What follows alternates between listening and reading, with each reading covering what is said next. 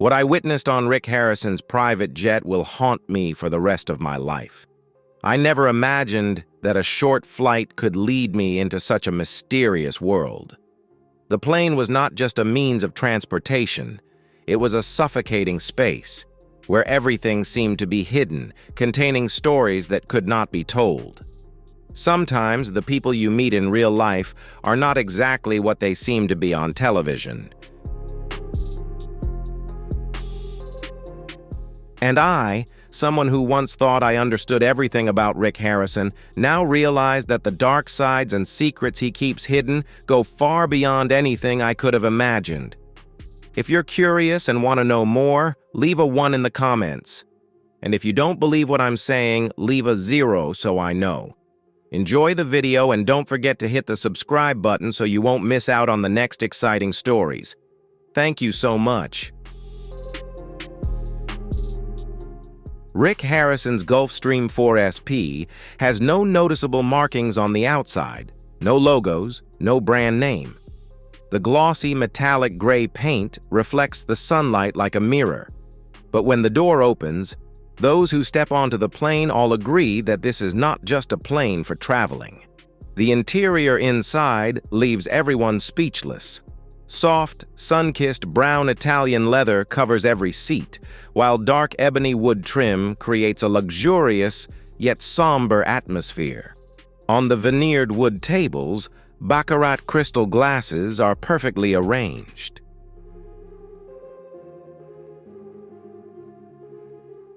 The soft LED lighting creates a relaxing atmosphere.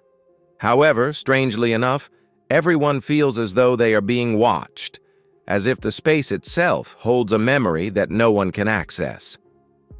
Rick Harrison, the man with the friendly smile on television, appeared quite different from his on-screen image. He was dressed casually in a gray linen shirt, black jeans, and crisp white sneakers. But in his cold, deep eyes, there was something that made those who looked at him instinctively lower their voices. Not out of fear, but because of the feeling that one should not cross a certain line.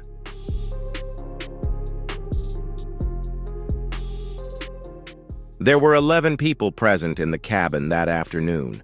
Among them was an antique collector from Argentina who had shocked the auction world by purchasing a piece of the U.S. Constitution, a professional gambler from Atlantic City, rumored to be secretly wanted in Macau, and an elderly woman from Switzerland who claimed to be the unacknowledged daughter of a count. No one exchanged business cards. No one took photos. Each person carried a cold, weary attitude, as if they had just finished a negotiation involving fate.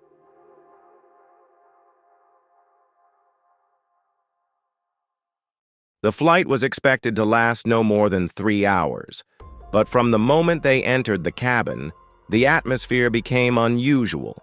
Not loud, not anxious, but a silent tension, as if everyone was holding on to something very personal, very fragile, and forbidden to speak of. Rick sat at the back of the cabin near the cockpit next to an Asian man, silent, his role unclear. He could have been a bodyguard, a partner, or perhaps neither. Occasionally, he exchanged a few whispered words with Rick. No one dared to intervene. One passenger, a man from Texas, whose name was briefly mentioned as Carl, seemed unsteady when he boarded the plane.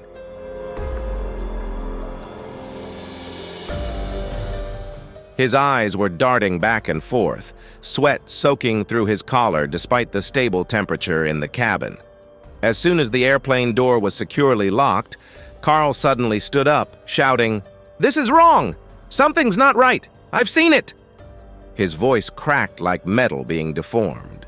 But what was shocking wasn't the scream, but the crew's reaction. No flight attendant spoke up. No reassuring words were offered. The only person who moved was the Asian man, who stepped forward and whispered something very softly into Carl's ear. And less than 2 minutes later, the cabin door opened.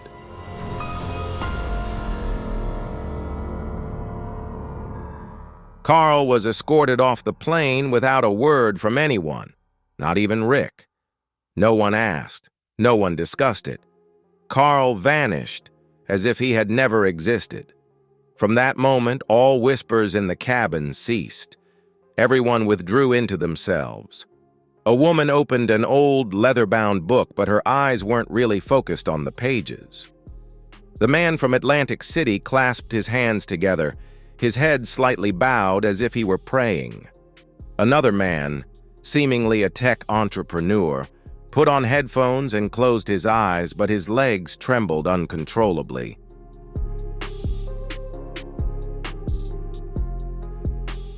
Why would Rick Harrison, a reality TV personality specializing in antiques, own a network of connections filled with such unusual individuals? Some believe that Rick doesn't just buy and sell antiques. Some have even theorized that he's keeping items that shouldn't exist, artifacts that could change history if they fell into the wrong hands. A rumor once circulated in the collecting world. Rick had refused a $10 million offer for an ancient Bible, not because of the price, but because it was linked to a long-lost cult.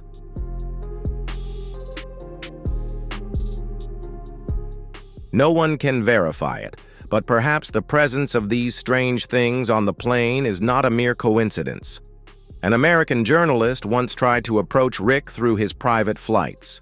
After just one trial flight, he never mentioned Rick again in any of his articles. Although he had previously been a very outspoken critic of Pawn Stars, when asked why, he simply said, "Some stories should be kept forever." Silence also has its own voice. In the case of this flight, it spoke volumes.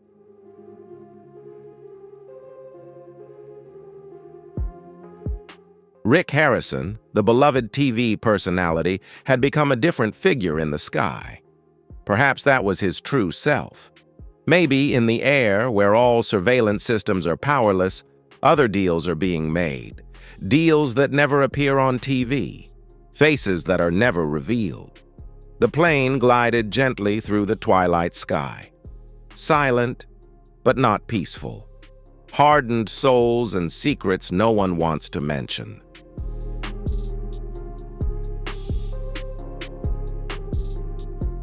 It all started with a solid black safe weighing no less than 25 kilos, brought aboard Rick Harrison's Gulfstream early in the morning by two men in black suits. No one spoke about its contents, but rumors spread quickly. It was an item beyond historical value. And the only person who confirmed anything was Rick himself.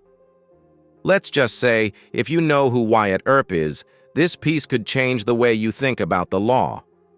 That statement, made when Rick boarded the plane, was enough to make the antique collectors in the cabin immediately stop all other conversations.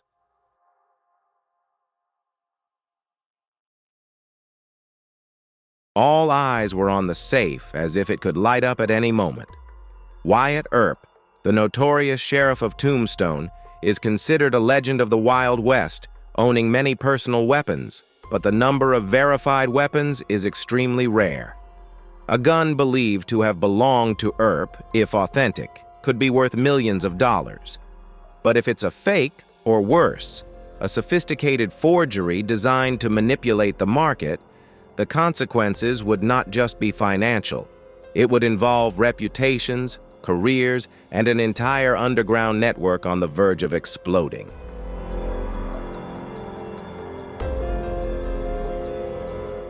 One special individual was present in the cabin that day. Mr. Graham Fletcher, 73, from Dallas, Texas, a name that had appeared in many private auction records. The owner of a belt believed to have belonged to Billy the Kid.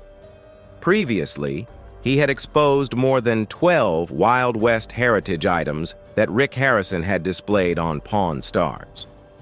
Rick invited him on this flight, perhaps as a gesture of reconciliation or a psychological game. No one knew. The safe was guarded in the cabin. No one was allowed near it. Rick held the key. A bodyguard sat next to it. No one could see the bodyguard's face clearly.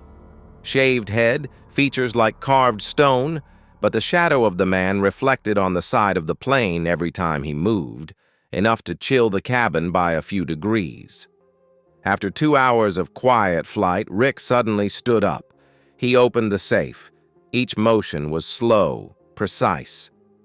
The door opened, revealing a mahogany box lined with purple velvet. Inside was an old revolver. Its metal was tarnished with intricate engravings, and the grip bore a handwritten inscription. Rick didn't say much. He simply placed the gun on the table in the center of the cabin and stepped back.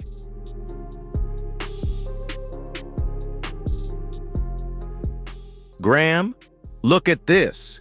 You know better than anyone else."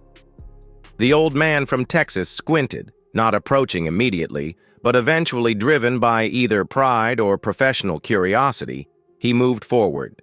His hand trembled slightly, but his gaze remained steady. He observed, took the gun in his hand, gently spun the barrel, reading each engraved line. Then, like a thunderclap, he declared, "This is damn fake. The engraving is wrong. Wyatt never used a revolver with this curve." The atmosphere shattered like glass. Rick said nothing, but his bodyguard placed a hand on his belt.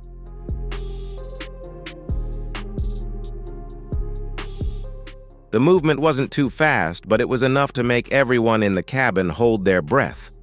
No one moved. No one mentioned aviation regulations. No flight attendant intervened. Everything seemed to freeze for a few long seconds until Rick picked up the gun, placed it back in the box, closed the lid, locked the safe, and then smiled very faintly.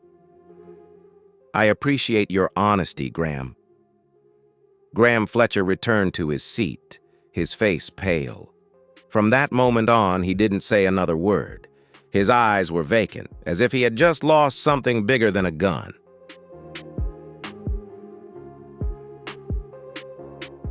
Towards the end of the flight, as the plane was preparing to land, a strange incident occurred. While everyone had fastened their seatbelts, a woman, later identified as Rick's personal assistant, requested to use the restroom. No one paid attention, but according to a passenger sitting nearby, something was thrown through the small gap in the door. It could have been a bag of documents, it could have been a metal object, or perhaps anything that replaced the original gun. The plane landed normally. No one checked. No one dared to ask. After that trip, Graham Fletcher didn't appear at any major auction events for almost a year. Whispers in the industry suggested that he had suffered a nervous breakdown. A man who once reached the peak now sat silently, staring at drawings of antique guns in a private psychiatric rehabilitation facility in Colorado. No one confirmed this. His family declined to comment. Rick Harrison never mentioned the incident again. So, was that gun real or fake? If it was fake, why would Rick bring it along? If it was real, why eliminate someone after they had been exposed? One theory suggested by collectors was that Rick deliberately carried an extremely sophisticated replica to test who in the industry truly had the skill to identify authenticity.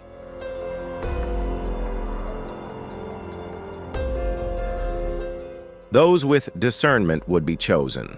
Those who reacted too strongly would be eliminated. Another dark theory. The gun was once evidence in an undisclosed case, and the public appraisal was a way to cleanse history. A cleansing in the language of antiques. Either way, that plane, with its walnut wood floors and advanced soundproofing, became the stage for a game far more dangerous than any deal on television. Because in the air, 40,000 feet above the ground, the usual rules no longer apply.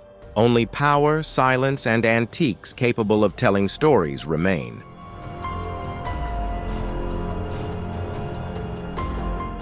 Things that should not be seen. It was a strange flight from start to finish. No public itinerary, no departure time announced until the last minute. Rick Harrison only sent a short text message to each invited passenger. take off at midnight, dressed in black, no questions asked. The Gulfstream G550 was parked at Henderson Executive Airport south of Las Vegas. No one was there except the crew and the invited guests. Even the usual flight attendant, the brunette woman who had served on other flights, was absent that night.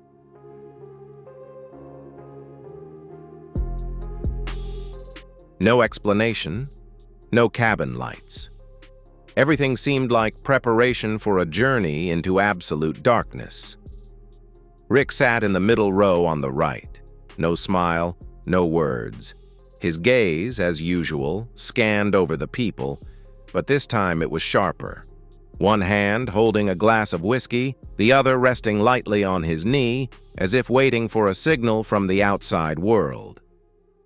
There were 5 passengers in the cabin, including a World War II military toy collector, a computer engineer who had worked at Lockheed Martin, and notably a young man in his 20s named Max. No one knew why he was invited on the flight.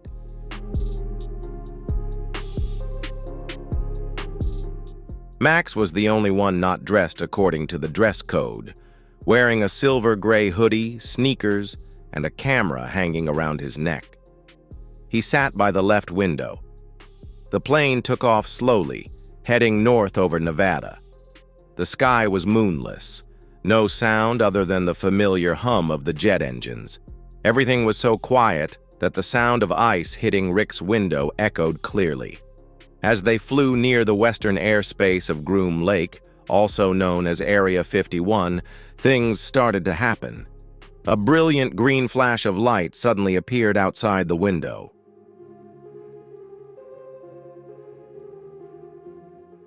Unlike lightning, not like aircraft lights or ground reflections, it was like a 3-dimensional glow moving slowly and almost rhythmically.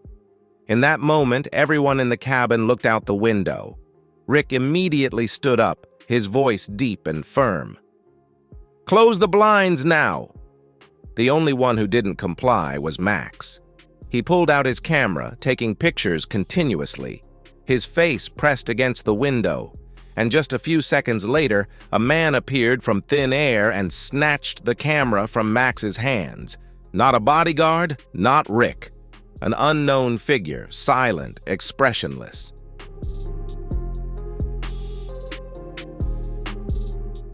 Rick approached, opened the memory card slot. He didn't ask, didn't say anything, just took the card, slipped it into his inner jacket pocket, then returned to his seat, poured himself a full glass of whiskey, and leaned back with his eyes half closed. No one said anything.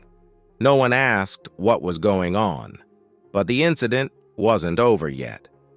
A while later, the pilot suddenly announced that due to weather conditions, we would be making a brief technical stop. No radar on the ground had registered any weather disturbances at that time. And even more confusing was the fact that the Gulfstream didn't land in Reno as planned, but instead suddenly turned back and landed on an unlisted runway, not recognized by the FAA.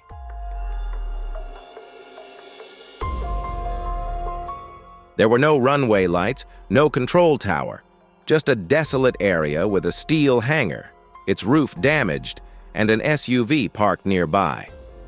No one got off the plane, but the strange man left the cabin, carrying a black briefcase, possibly a camera or something else.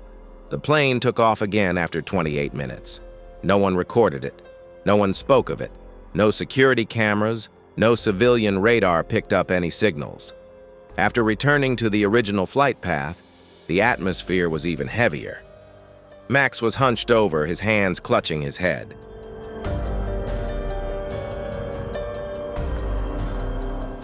Meanwhile, Rick maintained his earlier demeanor, sitting up straight, slowly sipping his drink as if the entire incident had nothing to do with him. When the plane landed in Reno, Max was the last to leave the cabin. He didn't say goodbye to anyone, didn't pick up his luggage. He simply took slow steps toward the metal door. Some people heard him muttering, "I shouldn't have seen that. They know I saw." Max disappeared from social media 3 days later. No posts, no replies to messages. A friend of his, an independent filmmaker, once wrote, "Max has changed."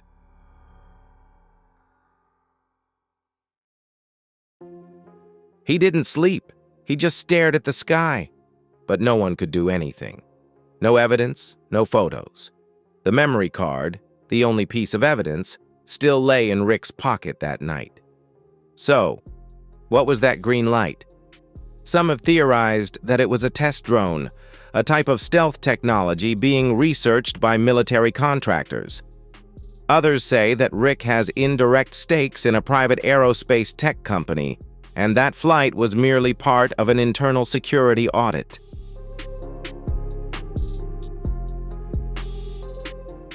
But there are also those who believe that what Max saw was not an aircraft. They argue that no light could bend like that in the sky. No darkness, no sound. And for them, Rick's silence only reinforces their suspicions. He knew what was going to happen and took the passengers along just to see who could keep a secret. A more extreme theory suggests that the Gulf Stream did not return along the same route that night. Leaked satellite signal files later revealed that the plane disappeared from civilian radar for 41 minutes.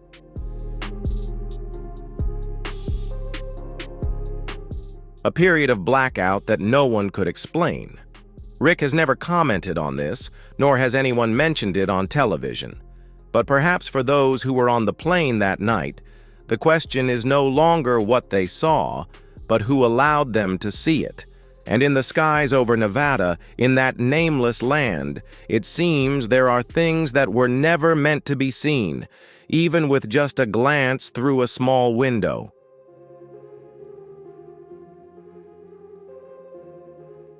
No one has ever seen that watch in any episode of Pawn Stars. No mention, no fleeting backstage glance, no familiar bargaining under the bright lights of the Las Vegas store. But those truly in the world of collectors, the ones who have heard the whispers about a steel Patek Philippe 1518, the steel ghost 1518 as they call it, know that something significant happened.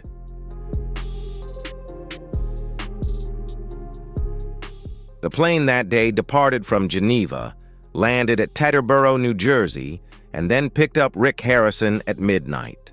The journey was not recorded. No rental company, no safety check logs. A Bombardier Global 6000 with a fake tail number that had previously been registered under a financial company in Bermuda later disappeared from the database. Rick was not alone. Accompanying him was an Asian man wearing a light brown fur coat. No luggage, no passports scanned publicly. A translator sat behind 3 rows of seats, maintaining a distance.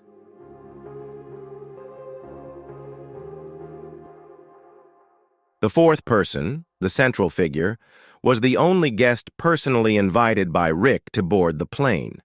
Matthias Lohner, a respected vintage watch collector from Zurich, who became famous for refusing to sell his 1518 for $9.2 million in 2018. Lohner carried a silver Pelican box secured with a 3-digit combination lock. That box never left his hands throughout the flight. The deal began as soon as the plane reached cruising altitude. No cameras, no flight attendants, just Japanese whiskey poured by Rick, a sign that this was not the first negotiation.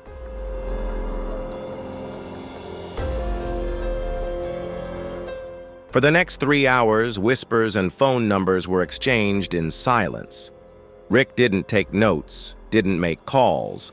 Lohner, as usual, remained calm, occasionally sipping his drink, his gaze directed at one person, the man in the fur coat. According to a later leak from a crew member, the conversation abruptly stopped when Lohner asked to verify the item once more before transferring the wallet code. Rick merely glanced at the Asian man. The man nodded slightly, then opened another silver box. Inside was a 1518, but something was wrong.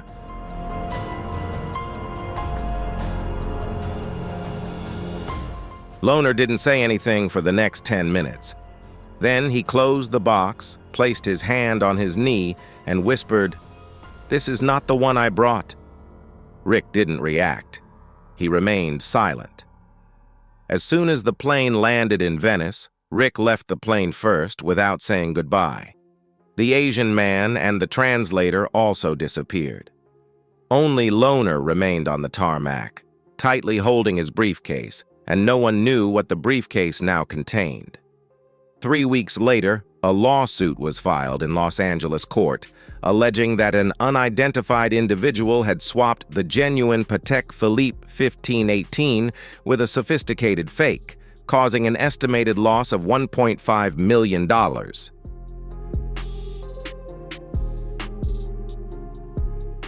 The lawsuit did not name Rick, nor did it specify the location of the incident, and most notably, just 4 days later, the lawsuit was withdrawn. The parties had reached an out-of-court settlement. There were no further investigations, no statements from the lawyers. The matter might have ended there, if not for a strange discovery made by an aircraft maintenance technician.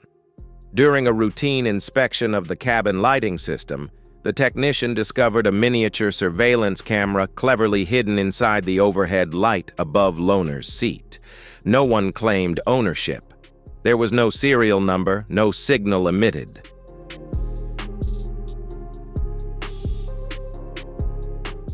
The memory card was lost. Rick declined all interviews related to the incident. When asked at an event in Dallas, he simply gave a faint smile and said, "Some watches just tick in unusual ways." He then walked away, leaving the reporters with disappointed faces and an added layer of suspicion.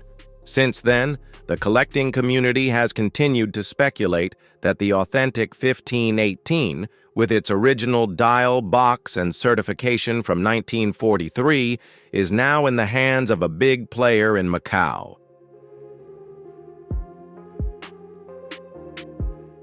A person of unknown identity without any credentials, but with information suggesting that he appeared at a party with Rick last year at the Venetian in Macau. This person, according to rumors, acted as an intermediary for secret cross-border antique deals. Others claim the 1518 never actually left Switzerland, and that Rick himself was deceived into selling a fake by a former technician from Peck. But if that's the case, why didn't he retaliate publicly? Why not erase his name? And the more frightening question, if the camera in the light wasn't Rick's, then whose was it?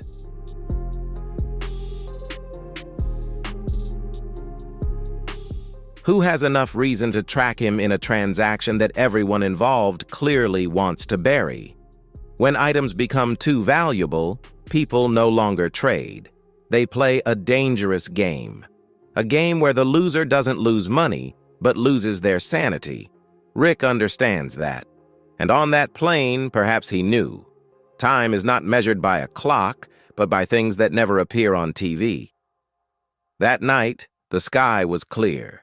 No clouds, no storms. The plane took off from Salt Lake City, heading south. None of the 7 passengers suspected that they would never reach their destination.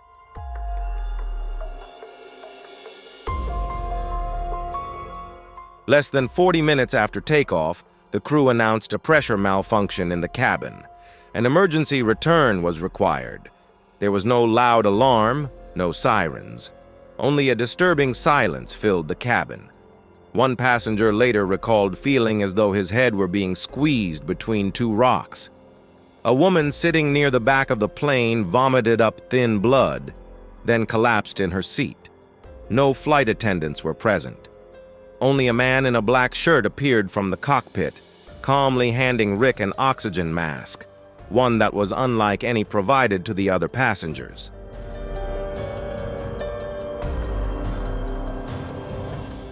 No one else received anything similar. Rick put on the mask, leaned forward to open the overhead compartment, and took out a small smoky glass vial with a silver metal screw cap. He drank the entire contents in one gulp. When a passenger asked what it was, Rick replied, "Tersley lung vitamins." After the plane turned around and made an emergency landing on a secondary runway near Las Vegas, there were no ambulances. Instead, 3 black SUVs were waiting. 8 men in black suits approached from 2 directions, escorting Rick directly to the vehicles without passing through any security gates or procedures.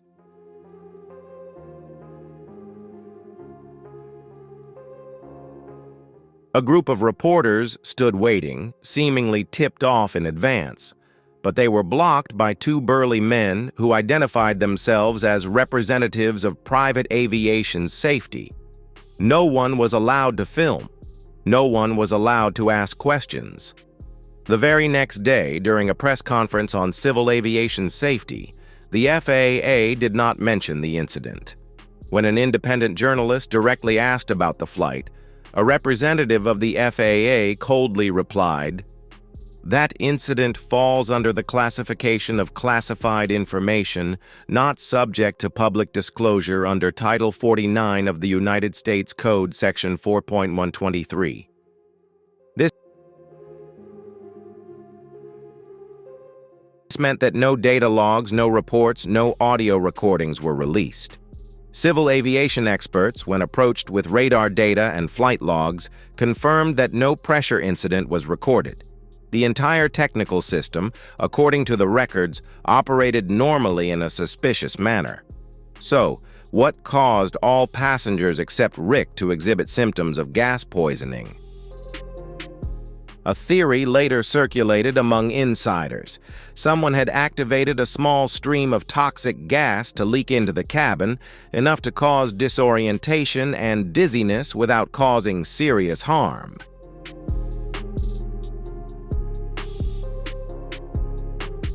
Not a lethal dose, but enough to push those with respiratory issues or weak hearts into a state of panic.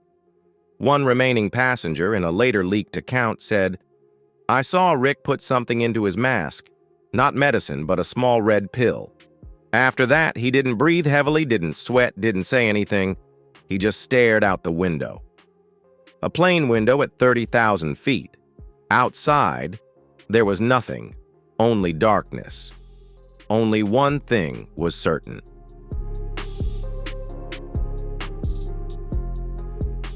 After that incident, Rick stopped flying for 42 consecutive days, the longest stretch he had gone without using his private jet since 2010.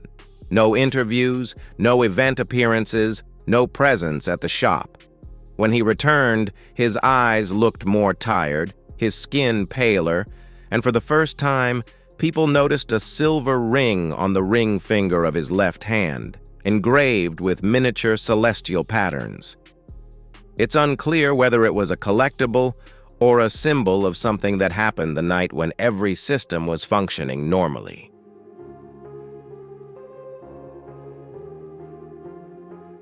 The reality of the still waters came to an end. No one truly knows what happened on Rick Harrison's flights. Those who disembarked from his plane carried with them a vacant gaze, a silence as if something had been left behind, a piece of their soul, or perhaps a memory they didn't dare confront. The Gulf Stream, once a symbol of success, power, and freedom, slowly became something else within the collector's world. A place where the past wasn't just bought and sold, but could be distorted, forged, or sealed away forever.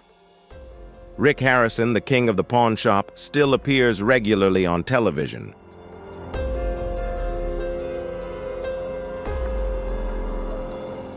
He still smiles, still wears the plaid shirt, still asks the old question, "What do you want for this?"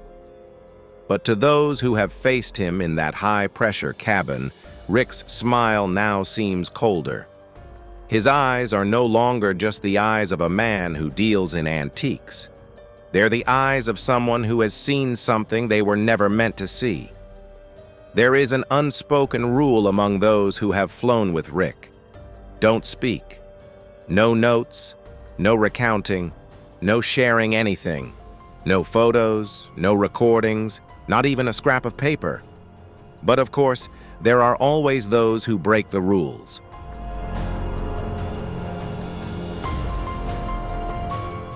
An individual who was on the same flight in late 2023, a technology expert who had worked with several defense organizations, revealed in an anonymous interview, "Rick doesn't collect objects. Rick collects gaps, leaked memories, buried secrets, unresolved evidence, things history wants to forget." That person has not appeared on any public platform since.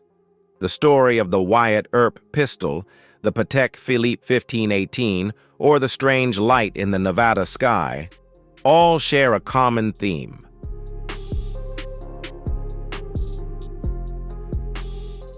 I'm certain that what I witnessed on Rick Harrison's private jet is beyond anything you could imagine. It was an experience I'll never forget, and every time I think about it, I still get chills. If you found this story fascinating and full of surprises, don't forget to hit like and share this video with your friends. Let them witness the haunting moments I went through. Trust me, they won't want to miss it.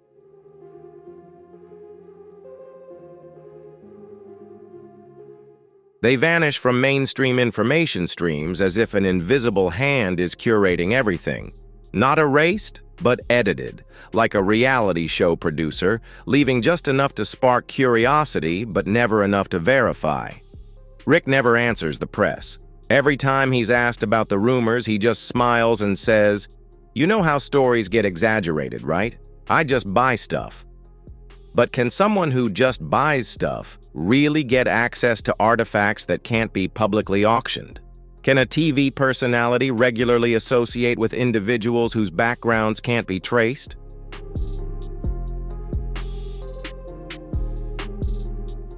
Once, at a private auction in New York, an item was listed as an off-the-record legacy piece, a vintage compass believed to have belonged to the Franklin expedition to the Arctic in 1845. A bidder from Macau won the item. Rumor had it he had been on a flight with Rick 3 years prior. As the scattered pieces began to fit together, a strange picture emerged. The Gulf Stream appeared to function as a mobile trading floor for items that exist outside the usual rules of the game. No reports, no receipts, no proof.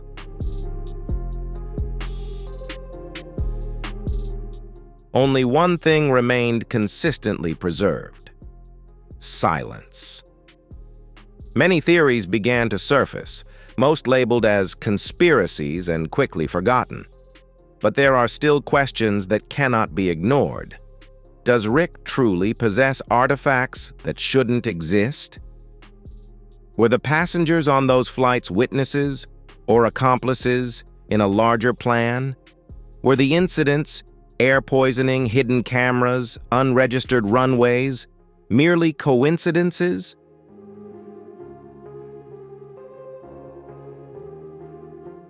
A driver passes through Rick Harrison's secret tunnel, and what emerges from the steel door will make you question everything. Have we been watching a TV show this whole time? Or is this some grand-scale global masquerade? No one informed him that this shipment isn't an ancient clock or a millennia-old Greek statue, but an object weighing heavier than the truth, completely sealed and accepted by faceless, nameless individuals.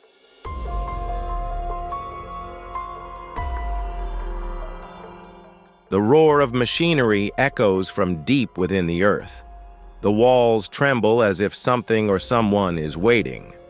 A basement without the blueprints of Las Vegas, retina scanners, and Rick Harrison, the man who constantly grins at the camera, now standing still, silent. Watch it now if you dare to open the door that Rick Harrison has locked tight for over 15 years. These are my perspectives. I won't claim anything with certainty, but if the following hypotheses are correct.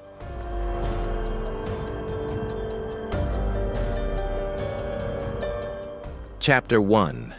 The Steel Gate Beneath the Pawn Shop. No one would have imagined that amidst the scorching heat and the jagged stone horns of Las Vegas, where crowds of people flock to test their luck, there exists a steel gate that is kept secret. It lies deep beneath the gold and silver pawn shop, famous for millions of TV viewers. Many believe they've seen all that Rick Harrison and his family have to offer for negotiation, but the truth may have never been aired.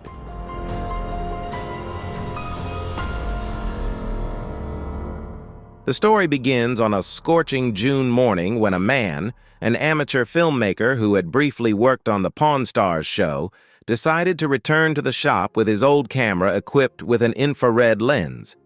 He had been hired to shoot some footage outside the store, and in a moment of chance, he captured an image of a steel door deep beneath the floor, right below the antique storage room that wasn't shown on TV. But just minutes later, the security supervisor demanded that he delete the footage from his device.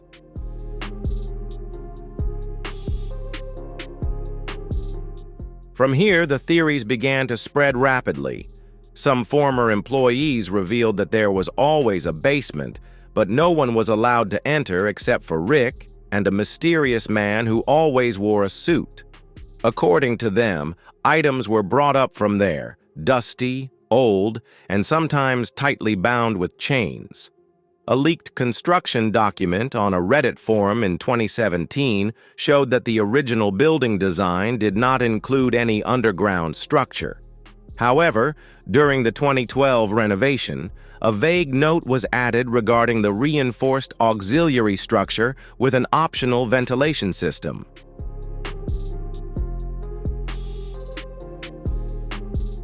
Notably, the architect responsible for those designs had ties to a military construction company that was contracted by the government to build emergency bunkers.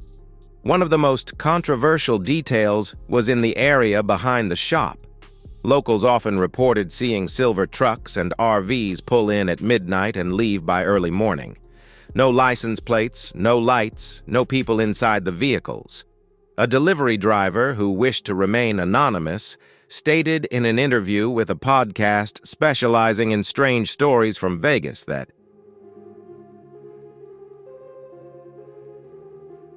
"I once delivered a hand-crank generator, the kind used by American soldiers in the Pacific Theater.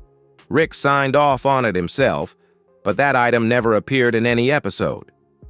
Why would a pawn shop filming daily, managed by a professional film crew, receive items quietly at night and then have them disappear without a trace? A brief post, lasting less than 24 hours, on an electrician's forum from an account believed to belong to an electrician who helped install the underground electrical system for the area adjacent to the pawn shop, described a wiring system running deep underground, extending over 100 meters, with dozens of surveillance cameras covering every corner.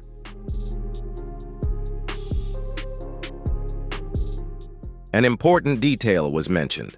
The tunnel access point was camouflaged as a maintenance trapdoor beneath a false shelving unit.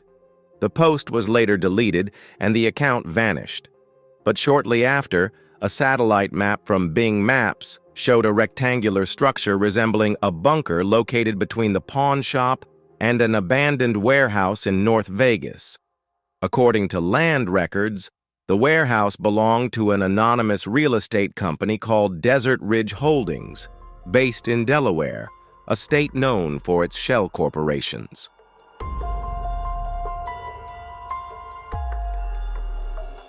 What makes this theory even more intriguing is the shady connection between Desert Ridge Holdings and Harrison Enterprises, the parent company of Gold and Silver Pawn Shop. An amateur investigator, known for uncovering hidden financial documents of a casino conglomerate, pointed out a coincidence between the two entities through their registered agent addresses. Is this just a random coincidence or a deliberately set-up structure? One controversial hypothesis suggests that Rick Harrison has built an underground shipping network, not for smuggling, but to store items that are not allowed to be made public.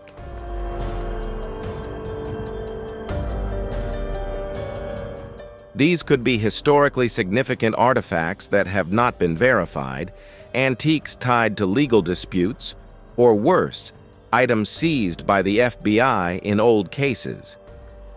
On the outside, Rick Harrison seems like a practical, savvy, and somewhat witty man. But if you look deeply into his eyes in the early episodes, before the editing became more polished, there's something that suggests he's hiding a heavy memory.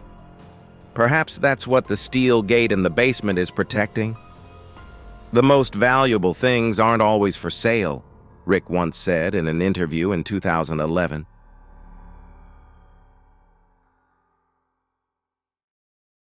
Today, that statement is even more haunting. This story doesn't end with rumors. It marks the beginning of a journey where the storyteller, standing at the outskirts of the illuminated world of television, begins to see the cracks in a completely different reality. That tunnel, if it really exists, doesn't just connect two buildings. It connects the truth and the secrets buried over time, power, and greed. And behind that steel gate could be where Rick Harrison keeps something that has never been revealed. Not because it lacks value, but because the cost of revealing it is too high.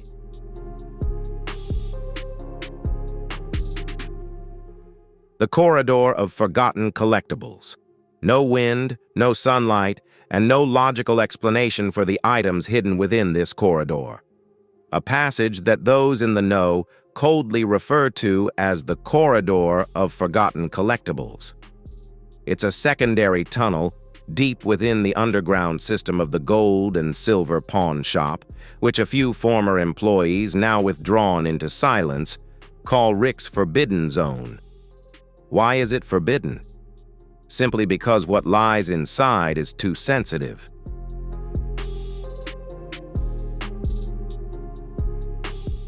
In the TV show Pawn Stars, viewers have become accustomed to seeing ancient samurai swords, Warhol paintings, or guitars once owned by Elvis Presley. But there are items that the cameras never touch, because if revealed, they could shake not only public opinion, but also the safest definitions of morality, politics, and history. A theory circulates among collectors. There are items too powerful, too dangerous, or simply too right to be aired on television. Let's start with a Nazi MG-42 machine gun.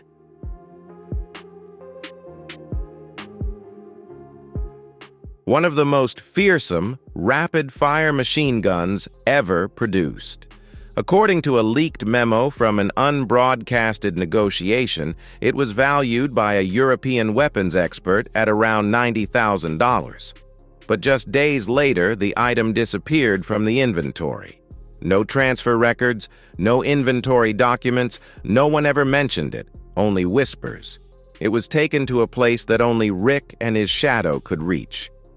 Another equally intriguing case involves an Enigma machine, the real version, not a replica, which was reportedly in the hands of an Austrian dealer before Rick Harrison contacted him to make the purchase.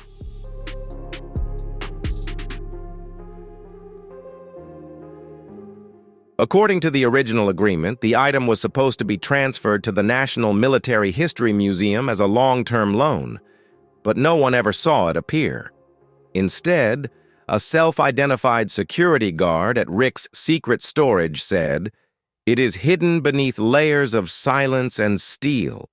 A well-known antique collector in Arizona, whose name was withheld for security reasons, once shared at a private conference that he sold an original manuscript of the Yalta Agreement to a broker of Rick Harrison. This document, if authentic, would be priceless, but strangely there is no trace of the transaction.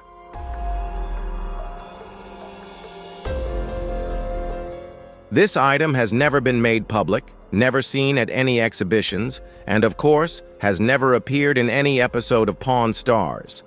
The underground collecting community also whispers that Rick has dealt with individuals who trade Nazi artifacts, people who possess relics from the Third Reich that no one dares to display publicly. If this is true, it raises two concerning possibilities.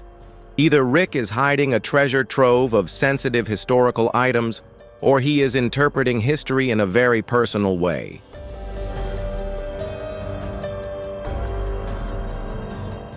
An important question still hangs in the air. Does Rick Harrison collect illegal artifacts from sanctioned countries? According to some unverified reports, artifacts from Cuba, North Korea, and Iran have entered the United States through high-tech intermediary channels, only to disappear into private collections, some of which are believed to belong to Harrison. One artifact from post-revolutionary Cuba, supposedly a wristwatch once owned by Che Guevara, was reportedly being sold privately by a European broker for as much as $350,000.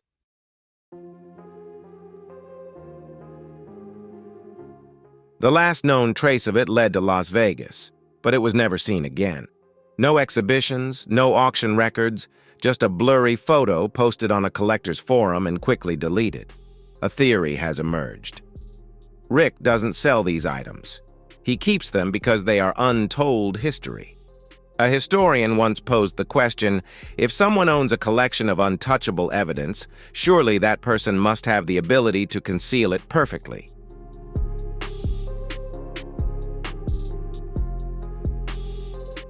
What is particularly notable is that this corridor, according to an engineer involved in its construction, has no official technical blueprint. The entrance is hidden behind a false, movable wall installed within the pawn shop's basement system. The passage is only wide enough for two people to walk through. The lighting is designed to be dim, and the security cameras are so dense that every breath is recorded. But inside, according to leaked accounts, is where the past is stored, the past that the whole world has tried to forget. Does this corridor really exist?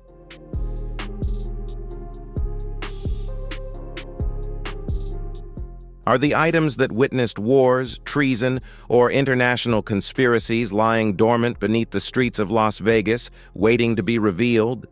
Or is it all just a thick fog created by Rick Harrison himself, both to attract and to deceive? Many theories have been proposed, but none are strong enough to break through that steel door. And perhaps what lies behind it will never be revealed. A treasure vault that should not exist. In the heart of Las Vegas, where the neon lights never go out and the truth is constantly traded for spectacle, one question has haunted investigators, collectors, and the loyal viewers of Pawn Stars.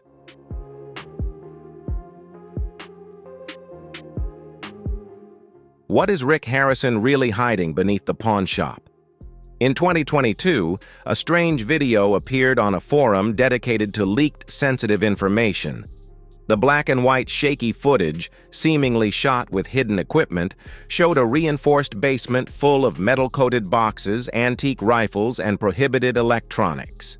The account that posted the video, an anonymous name, left only a brief description. This is beneath the pawn shop. What you see is only 20% of what's actually there. The video existed for exactly 7 days before disappearing completely.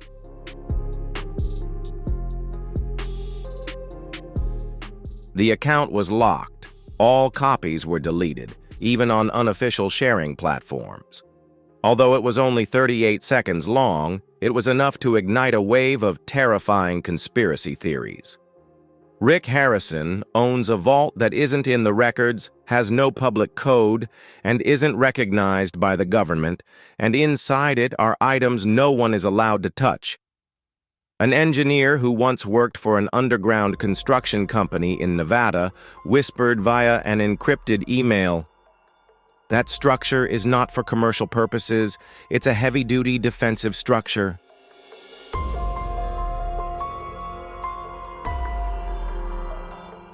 Maybe you're thinking, it's just a rumor.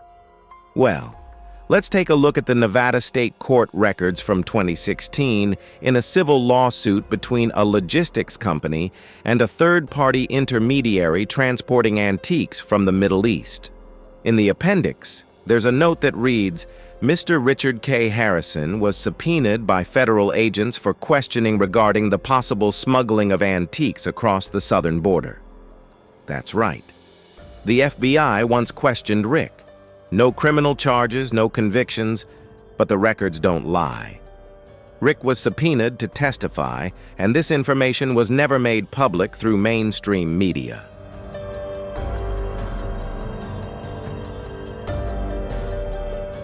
Many experts believe that at the time, Rick used his media influence and business connections to bury the matter, much like an invaluable antique that could be erased from museum records and slipped into a private collection.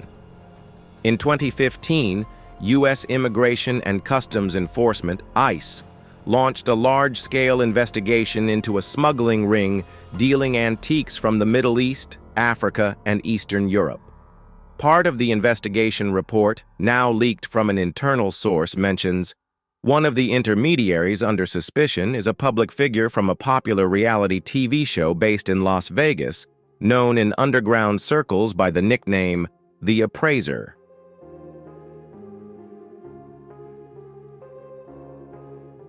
The Appraiser, a title that oddly matches Rick Harrison in the world of secret dealings. A cybersecurity expert, while analyzing a cryptocurrency wallet linked to confidential antique transactions, pinpointed the coordinates of the storage facility where the funds flow into.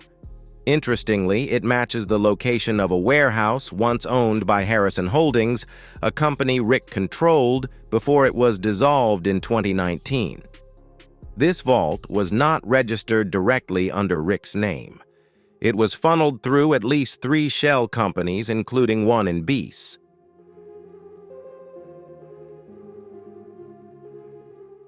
According to experts, the mysteries surrounding this vault are not just about the items, but also their significance.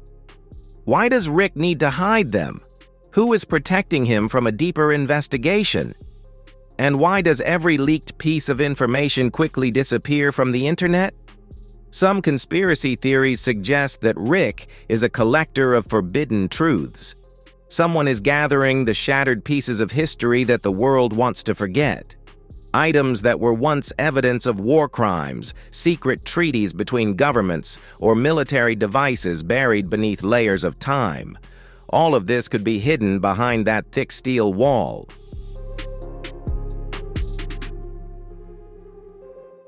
In a 2021 interview, when asked about the things that never made it to air, Rick simply smiled. Some things are better left off camera. Trust me. And perhaps he knows that better than anyone. Heirlooms no one knows about. Every family hides secrets.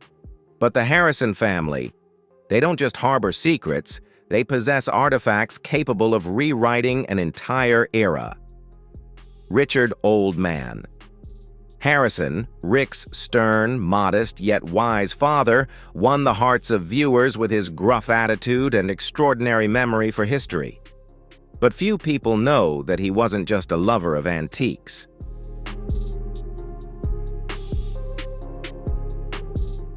Before opening the pawn shop, Old Man Harrison served in the U.S. Navy, allegedly stationed in the South Pacific during one of the most critical phases of the Cold War.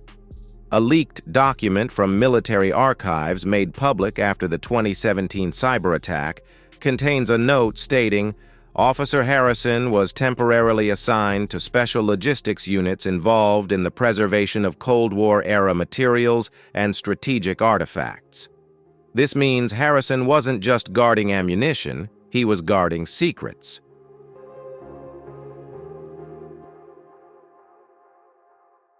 Wartime relics, listening devices, encrypted recording machines, samples of spy technology from both the U.S. and its adversaries, all passed through his hands. And according to some historians, not everything was returned to the government. In an unaired behind-the-scenes clip, Rick once held a Soviet military watch and stated, "This one's not for sale.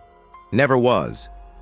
Around him were undisclosed artifacts, a Soviet reconnaissance camera with a high magnification lens, possibly used in surveillance operations in East Berlin.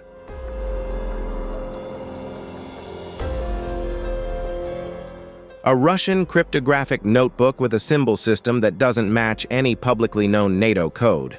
A series of U.S. military watches embedded with encryption chips, allegedly issued only to high-ranking commanders during the Cuban Missile Crisis.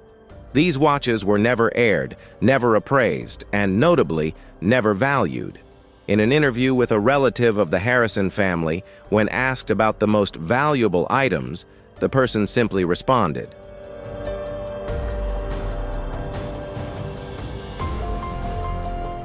"There are things that will never be sold, not because of their price, but because they are evidence of an entire era."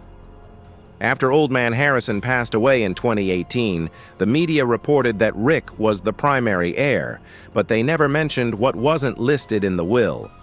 However, according to Nevada State Court records from 2019, there was a quiet dispute between Rick and his siblings over items classified under national security. Not money, not property, but artifacts that, at least legally, went beyond the limits of personal ownership.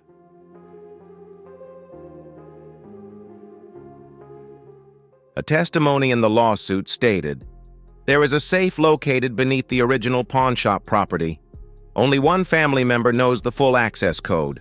Who is that person?" Naturally, all eyes turned to Rick, the only son who continued running the empire, the only one who never drifted away from the orbit of historical artifacts. Some might ask, why didn't they return those items to the government? Why keep them as personal property? The answer lies at the intersection of memory and power.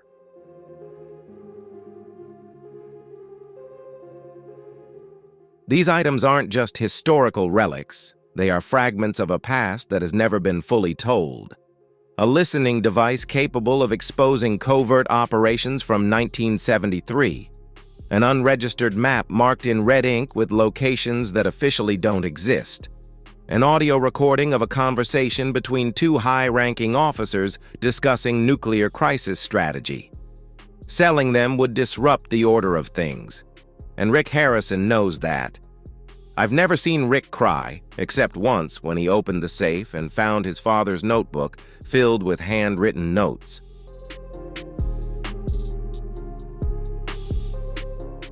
If this were to be made public, it would no longer be a family secret.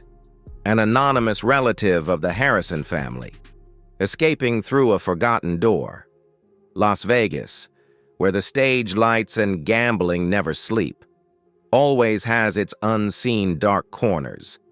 And in a quiet industrial park in the northern part of the city, there is an unnamed, unmarked warehouse guarded more strictly than a central bank. On paper, this warehouse once belonged to a construction company named Western Ecole Logistics LLC, a shell corporation with no actual operations, but its registered address matches that of the former office of Harrison Holdings. No one knows exactly what the warehouse contains. There are no signs of public business transactions or shipments. However, infrared cameras placed 100 meters away still capture light from sensor and radar systems installed around the building, the kind typically found in military facilities. Suddenly, in 2022, the land ownership was transferred to an organization registered in Dubai called Darwa Heritage and Recovery Trust. No one has ever seen a representative of this organization. As for Rick, when questioned, he simply said, "I've given up a lot to keep something more valuable than money."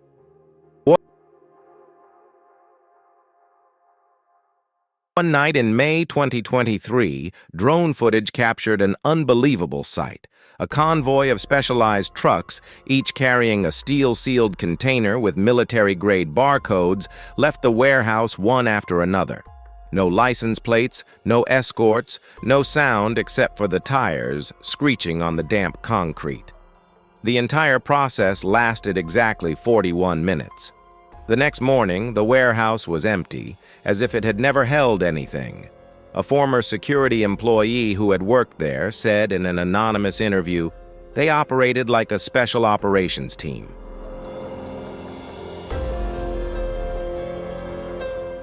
No talking, no paperwork left behind, but I swear, the smell of industrial lubricant and the tire tracks on the ground can't be faked.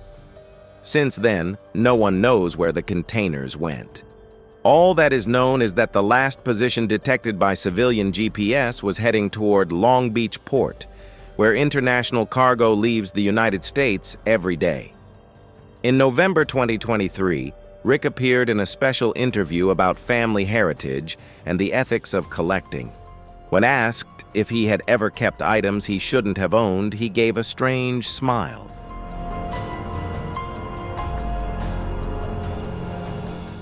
"There are things I will take to the grave, and I am proud to have kept them from this world." Just one sentence, but it triggered a storm on social media. A microlinguistics expert, Dr. Karen Lucy, analyzed the interview and stated, "Rick continually glanced to the left, a sign of tension when recalling a memory. His right hand tightly gripped his left wrist, a gesture commonly seen when trying to suppress emotional reactions. There was a slight change in his vocal tone, a sign of avoiding a real event, possibly related to loss or personal fault."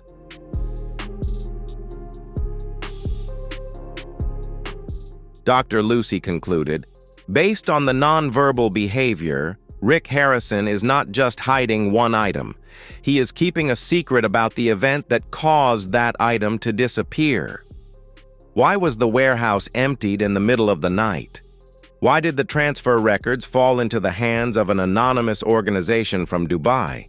And what made Rick, who always claims that everything has a price, willing to sacrifice both his reputation and legal standing to keep the secret of a few anonymous containers? The answer may lie in a back door, where no one has ever escaped and still kept their innocence intact."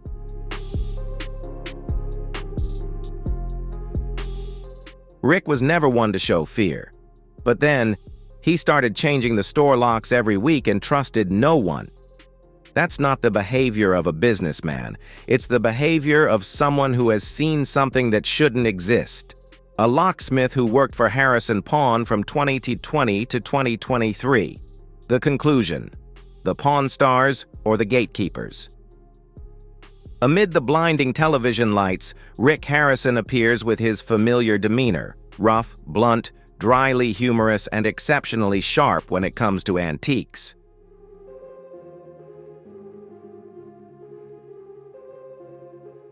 To the viewers, he is the central figure of Pawn Stars, the one who appraises strange, intriguing, and historically valuable items. But behind that smile, behind the playful transactions before the cameras, lies a series of questions that have lingered for decades about items that never appear on the show, about basements not included in the blueprints and videos that exist for only a few days before disappearing as if they had never existed. Over more than 15 years on air, Rick Harrison has built the image of a passionate history collector, to the point where it said he read history books at the college level when he was just 10 years old.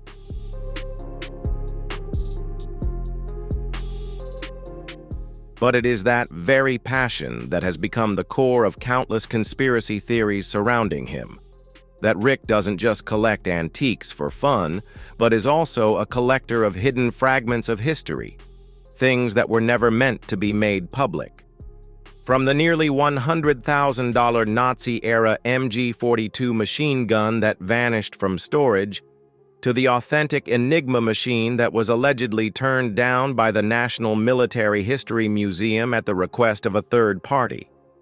The list of sensitive items linked to Rick grows longer. These items have never been aired.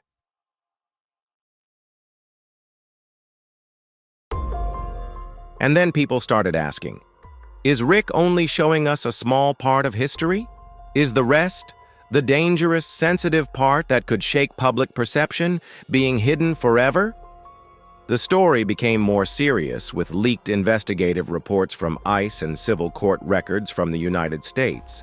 In 2016, the FBI summoned Rick Harrison for questioning about an antique trafficking ring from the Middle East through Mexico. Although the case did not lead to criminal charges, court records confirm that he was asked to testify.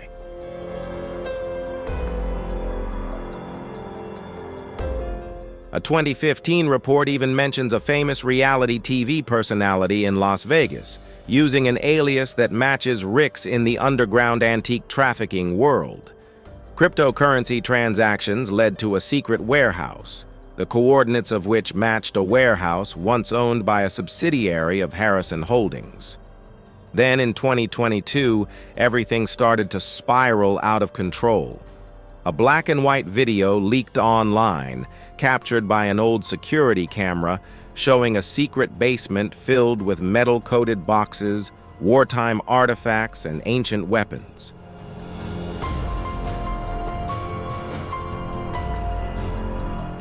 The person who posted the video claimed it was the basement beneath Rick's pawn shop.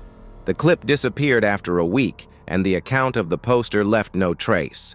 However, the online community saved it, and as a result, rumors once considered odd began to be viewed in a different light. On top of that, there were stories about the Harrison family's off-limits collection. Rick's father, Richard Oldman Harrison, had served in the U.S. Navy and had ties to special operations areas during the Cold War. Leaked documents revealed that he was responsible for preserving strategic artifacts from that era.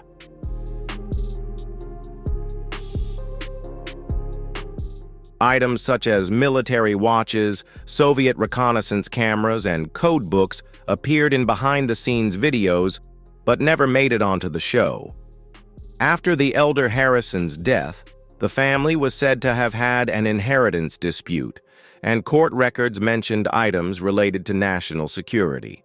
An abandoned warehouse in North Las Vegas, once owned by a company connected to Rick, was suddenly sold to an organization from Dubai. Drone footage captured late-night activity involving the cleanup of specially sealed containers.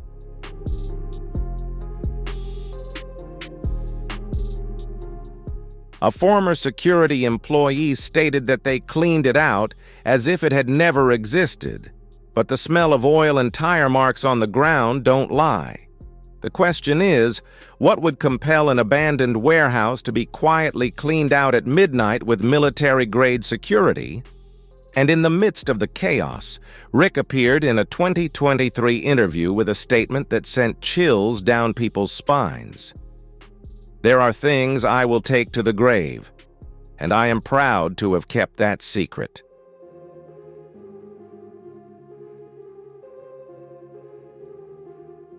A former security employee stated that they cleaned it out as if it had never existed, but the smell of oil and tire marks on the ground don't lie. The question is, what would compel an abandoned warehouse to be quietly cleaned out at midnight with military-grade security? And in the midst of the chaos, Rick appeared in a 2023 interview with a statement that sent chills down people's spines. "There are things I will take to the grave, and I am proud to have kept that secret."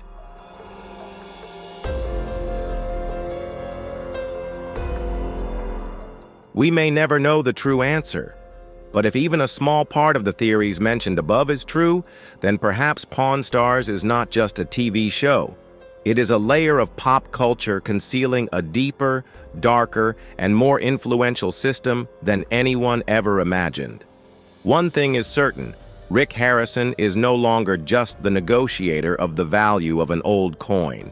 He is a symbol of what we have never seen and may never see.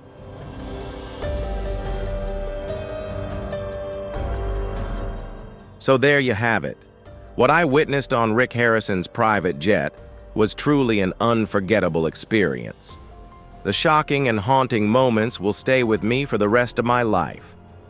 If you find this story fascinating and want to learn more intriguing details, don't forget to hit like right now and share this video with those you think will be as shocked as I was.